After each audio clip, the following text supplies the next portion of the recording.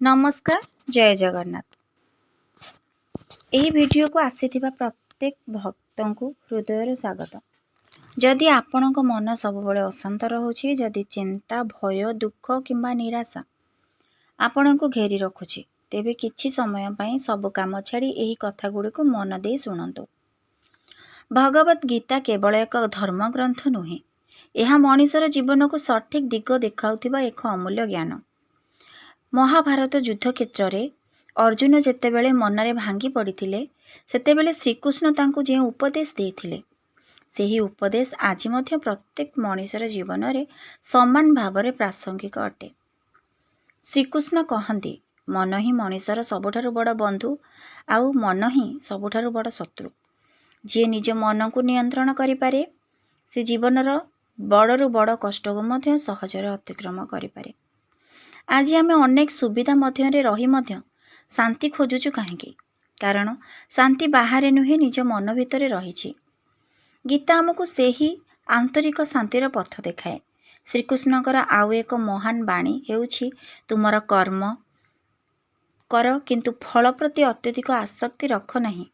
ଯେତେବେଳେ ଆମେ କେବଳ ଫଳକୁ ନେଇ ଚିନ୍ତା କରୁ, ସେତେବେଳେ ମନରେ ଭୟ ଓ ଅଶାନ୍ତି ଜନ୍ମ ନେଇଥାଏ। କିନ୍ତୁ ନିଷ୍ଠାର ସହ କର୍ମ କଲେ ମନ ହାଲୁକା ରହେ। ଜୀବନରେ ସୁଖ ଦୁଃଖ ଦୁହେଁ ଆସିବ। ଦିନ ପରେ ଯେପରି ରାତି ଆସେ, ସେହିପରି ସୁଖ ପରେ ଦୁଃଖ ଓ ଦୁଃଖ ପରେ ସୁଖ ଆସିଥାଏ। ତେଣୁ କୌଣସି ପରିସ୍ଥିତି ସ୍ଥାୟୀ ନୁହେଁ। ଧୈର୍ଯ୍ୟ ଓ ଭଗବାନଙ୍କ ପ୍ରତି ବିଶ୍ୱାସ ଆମକୁ ଆଗକୁ ବଢ଼ିବାର ଶକ୍ତି ଦେଇଥାଏ। ଯେତେବେଳେ ଆପଣ ଭଗବତ ଗୀତା ପଢ଼ନ୍ତି କିମ୍ବା ଶୁଣନ୍ତି, ଧୀରେ ଧୀରେ ମନର ଅସ୍ଥିରତା କମିଯାଏ। ଆପଣ ଜୀବନରେ ସମସ୍ୟାକୁ ନୂଆ ଦୃଷ୍ଟିରେ ଦେଖିବା ଆରମ୍ଭ କରନ୍ତି। କ୍ରୋଧ, ଈର୍ଷା, ଲୋଭ, ଭୟ ଧୀରେ ଧୀରେ କମିଯାଏ ଏବଂ ମନରେ ସାହସ, କରୁଣା ଓ ଶାନ୍ତି ବଢ଼ିଥାଏ। ତେଣୁ ପ୍ରତିଦିନ ଅଳ୍ପ ସମୟ ପାଇଁ ହେଉନାହିଁ କାହିଁକି, ଗୀତାର କିଛି ଶ୍ଲୋକ ପଢ଼ନ୍ତୁ କିମ୍ବା ଶୁଣନ୍ତୁ। ଏହା କେବଳ ଆପଣଙ୍କ ଜ୍ଞାନକୁ ବଢ଼ାଇବ ନୁହେଁ, ଆପଣଙ୍କ ମନକୁ ମଧ୍ୟ ଶାନ୍ତ କରିଦେବ। ଭଗବତ ଗୀତାରେ ଶ୍ରୀକୃଷ୍ଣ କହନ୍ତି, ମଣିଷର ଦୁଃଖର ସବୁଠାରୁ ବଡ଼ କାରଣ ହେଉଛି ତାର ଅନିୟନ୍ତ୍ରିତ ମନ। ମନ ଯେତେବେଳେ ଅତୀତର ଦୁଃଖ ଓ ଭବିଷ୍ୟତର ଚିନ୍ତାରେ ବୁଲିଥାଏ, ସେତେବେଳେ ବର୍ତ୍ତମାନର ସୁଖକୁ ମଣିଷ ହରାଇ ଦେଇଥାଏ। ଅର୍ଜୁନ ମଧ୍ୟ ଏହି ସମସ୍ୟାରେ ପଡ଼ିଥିଲେ। ସେ ଯୁଦ୍ଧ କରିବାର ଶକ୍ତି ହରାଇଥିଲେ। ସେତେବେଳେ ଶ୍ରୀକୃଷ୍ଣ କହିଥିଲେ, ହେ ଅର୍ଜୁନ, ସାହସୀ ହୁଅ, ତୁମେ ଶରୀର ନୁହେଁ, ତୁମେ ଅମର ଆତ୍ମା। ସେହି ଶିକ୍ଷା ଆମକୁ ମଧ୍ୟ ପ୍ରେରଣା ଦିଏ। ଆଜି ଆମେ ଛୋଟ ଛୋଟ ସମସ୍ୟାରେ ଭାଙ୍ଗି ପଡ଼ୁଛୁ, କିନ୍ତୁ ଯଦି ଆମେ ନିଜ ଭିତରର ଶକ୍ତିକୁ ଚିହ୍ନି ପାରିବା, ତେବେ କୌଣସି କଷ୍ଟ ଆମକୁ ଦୁର୍ବଳ କରିପାରିବ ନାହିଁ।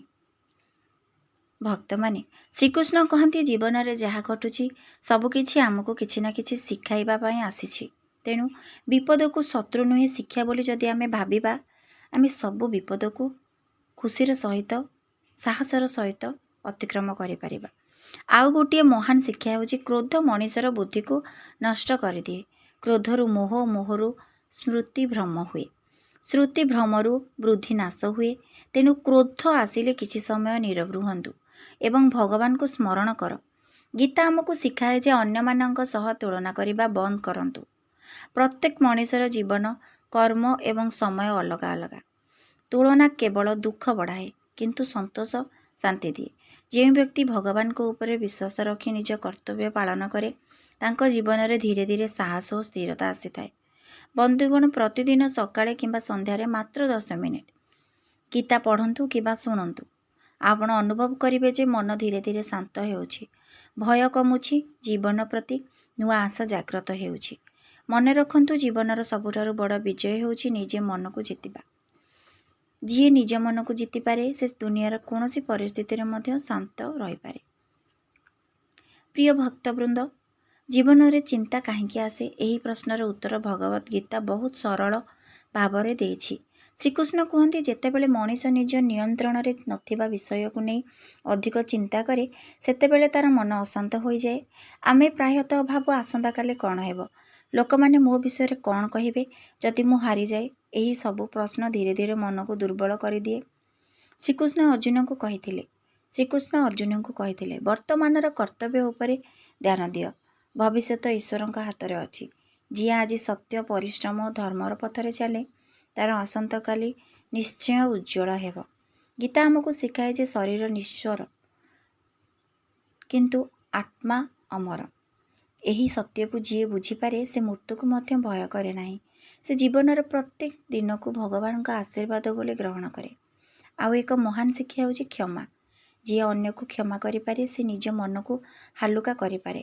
ରାଗ, ପ୍ରତିଶୋଧ, ଘୃଣାକୁ ଧରି ରଖିଲେ ସବୁଠାରୁ ଅଧିକ କଷ୍ଟ ଆମେ ନିଜେ ପାଉ। ଶ୍ରୀକୃଷ୍ଣ କହନ୍ତି, ଯେଉଁ ମନ ଭଗବାନଙ୍କ ସ୍ମରଣରେ ରହେ ସେହି ମନ ସହଜରେ ବିଚଳିତ ହୁଏ ନାହିଁ। ତେଣୁ ପ୍ରତିଦିନ କିଛି ସମୟ ଭଗବାନଙ୍କ ନାମ ଜପ କରନ୍ତୁ। ହରେ କୃଷ୍ଣ କୃଷ୍ଣ କୃଷ୍ଣ ହରେ ହରେ, ହରେ ରାମ ରାମ ରାମ ହରେ ହରେ। ମହାମନ୍ତ୍ର ଉଚ୍ଚାରଣ କରିବା ମନକୁ ସ୍ଥିର କରିବାର ସହାୟକ ହୋଇପାରେ। ମନେ ରଖନ୍ତୁ, ସଫଳତା କେବଳ ଧନ, ପଦ କିମ୍ବା ପ୍ରସିଦ୍ଧରେ ନୁହେଁ। ପ୍ରକୃତ ସଫଳତା ହେଉଛି ଏମିତି ଏକ ମନ ପାଇବା ଯାହା ପରିସ୍ଥିତି ବଦଳିଲେ ମଧ୍ୟ ଶାନ୍ତ ରହିପାରେ। ଆପଣ ଯଦି ଆଜି ଦୁଃଖରେ ଅଛନ୍ତି ତେବେ ନିରାଶ ହୁଅନ୍ତୁ ନାହିଁ। ଗୀତା ଆମକୁ ଆଶା ଦିଏ, ପ୍ରତ୍ୟେକ ଅନ୍ଧକାର ପରେ ସୂର୍ଯ୍ୟୋଦୟ ହୁଏ। ସେହିପରି ପ୍ରତ୍ୟେକ କଷ୍ଟର ମଧ୍ୟ ଶେଷ ଅଛି। ଭଗବାନଙ୍କ ଉପରେ ଭରସା ରଖନ୍ତୁ, ନିଜ କର୍ତ୍ତବ୍ୟ ପାଳନ କରନ୍ତୁ ଏବଂ ଧୈର୍ଯ୍ୟ ଧରନ୍ତୁ। ଏହି ତିନୋଟି ଗୁଣ, ବିଶ୍ୱାସ, ଧୈର୍ଯ୍ୟ ଓ ସତ୍କର୍ମ ଆପଣଙ୍କ ଜୀବନକୁ ପରିବର୍ତ୍ତନ କରିପାରେ। ଭଗବତ ଗୀତା ଆମକୁ କହେ, ମଣିଷର ପ୍ରକୃତ ଶତ୍ରୁ ବାହାରେ ନୁହେଁ, ନିଜ ମନ ଭିତରେ ଲୁଚି ରହିଛି। କାମ, କ୍ରୋଧ, ଲୋଭ, ମୋହ, ମଦ ଏବଂ ଅହଙ୍କାର ହିଁ ମଣିଷର ଶାନ୍ତିକୁ ନଷ୍ଟ କରିଦିଏ। ଶ୍ରୀକୃଷ୍ଣ କୁହନ୍ତି, ଯିଏ ନିଜ ଇନ୍ଦ୍ରିୟକୁ ନିୟନ୍ତ୍ରଣ କରିପାରେ ସେହି ବ୍ୟକ୍ତି ପ୍ରକୃତ ଯୋଗୀ। ଜୀବନରେ ବାହ୍ୟ ସଫଳତା ଠାରୁ ଅଧିକ ମହତ୍ତ୍ୱପୂର୍ଣ୍ଣ ହେଉଛି ନିଜ ମନକୁ ଜିତିବା। ଆଜିର ଦୁନିଆରେ ଆମେ ଅନେକ ସମୟ ଅନ୍ୟମାନଙ୍କ ସଫଳତା ଦେଖି ନିଜକୁ ଛୋଟ ଭାବୁଛୁ, କିନ୍ତୁ ଗୀତା ଆମକୁ ଶିଖାଏ ପ୍ରତ୍ୟେକ ମଣିଷର ଜୀବନଯାତ୍ରା ଅଲଗା। ତୁଳନା କରିବା ପରିବର୍ତ୍ତେ ନିଜ କର୍ମ ଉପରେ ଧ୍ୟାନ ଦିଅ। ଶ୍ରୀକୃଷ୍ଣ ଅର୍ଜୁନକୁ କହିଥିଲେ, ଧର୍ମର ପଥରେ ଚାଲିବା କେବେ ବ୍ୟର୍ଥ ଯାଏ ନାହିଁ। କେବେ କେବେ ଭଲ ଲୋକମାନେ ମଧ୍ୟ କଷ୍ଟ ପାଆନ୍ତି, କିନ୍ତୁ ସେହି କଷ୍ଟ ତାଙ୍କୁ ଆହୁରି ଶକ୍ତିଶାଳୀ କରିଥାଏ। ଭଗବାନ କେବେ ମଧ୍ୟ ନିଜ ଭକ୍ତଙ୍କୁ ଏକା ଛାଡ଼ନ୍ତି ନାହିଁ। ଗୀତା ଆଉ ଏକ ସୁନ୍ଦର ଶିକ୍ଷା ହେଉଛି ସନ୍ତୋଷ। ଯାହା ପାଖରେ ଅଛି ସେଥିପାଇଁ କୃତଜ୍ଞ ହୁଅନ୍ତୁ। ସନ୍ତୋଷକୁ ଶାନ୍ତି ଜନ୍ମ ନିଏ ସନ୍ତୋଷରୁ, ଯେଉଁଠାରେ ଅସନ୍ତୋଷରୁ କେବଳ ଦୁଃଖ ବଢ଼ିଥାଏ। ତେଣୁ ମୁଁ ଆଶା କରୁଛି ଆପଣମାନଙ୍କୁ ଏହି ଶିକ୍ଷା ଗୁଡ଼ିକ ବହୁତ ଭଲ ଲାଗୁଥିବ ଏବଂ ଆପଣଙ୍କ ଜୀବନକୁ ପରିବର୍ତ୍ତନ କରୁଥିବ। ମନ ଶାନ୍ତ ହେବ, କ୍ରୋଧ କମିବ ଏବଂ ଜୀବନର ପ୍ରତ୍ୟେକ ପରିସ୍ଥିତିକୁ ସାହସର ସହ ସାମ୍ନା କରିବାର ଶକ୍ତି ମିଳିବ ଏହି ଶ୍ରୀକୃଷ୍ଣଙ୍କ ବାଣୀରେ। ଶ୍ରୀକୃଷ୍ଣ ଆମକୁ ଶିଖାନ୍ତି, ଜୀବନରେ ଯାହା କିଛି ଘଟୁଛି ସେଥିରୁ ଶିଖିବାକୁ ଚେଷ୍ଟା କର। କଷ୍ଟ ଆସିଲେ ଭାଙ୍ଗି ପଡ଼ ନାହିଁ, ସଫଳତା ଆସିଲେ ଅହଙ୍କାର କର ନାହିଁ। ସୁଖ ଓ ଦୁଃଖକୁ ସମାନ ଭାବରେ ଗ୍ରହଣ କରିବାର ନାମ ହିଁ ଯୋଗ। ମୁଁ ଆଶା କରୁଛି ଆପଣମାନଙ୍କୁ ଏହି ଭିଡ଼ିଓଟି ଭଲ ଲାଗିଥିବ। ଏହି ପ୍ରାର୍ଥନା ସହିତ ଆମେ ଆଜିର ଏହି ଭିଡ଼ିଓକୁ ଏଠାରେ ସମାପ୍ତ କରୁଛୁ। ଯଦି ଏହି ଭିଡ଼ିଓ ଆପଣମାନଙ୍କ ମନକୁ ଶାନ୍ତି ଦେଇଥାଏ ତେବେ ଦୟାକରି ଭିଡ଼ିଓଟିକୁ ଲାଇକ୍ କରନ୍ତୁ, ନିଜ ପରିବାର ଓ ବନ୍ଧୁମାନଙ୍କ ସହ ସେୟାର କରନ୍ତୁ ଏବଂ ଏପରି ଆହୁରି ଆଧ୍ୟାତ୍ମିକ ଭିଡ଼ିଓ ପାଇଁ ଆମ ଚ୍ୟାନେଲକୁ ସବସ୍କ୍ରାଇବ୍ କରି ବେଲ୍ ଆଇକନ୍ ଦବାଇ ଦିଅନ୍ତୁ। ଭଗବାନ ଶ୍ରୀକୃଷ୍ଣଙ୍କ କୃପା ଆପଣ ଓ ଆପଣଙ୍କ ପରିବାର ଉପରେ ସର୍ବଦା ବର୍ଷିତ ହେଉ। ଆପଣଙ୍କ ଜୀବନ ସୁଖ, ଶାନ୍ତି, ସ୍ୱାସ୍ଥ୍ୟ ଓ ଭକ୍ତିରେ ପରିପୂର୍ଣ୍ଣ ହେଉ। ଜୟ ଶ୍ରୀକୃଷ୍ଣ। ରାଧେ ରାଧେ।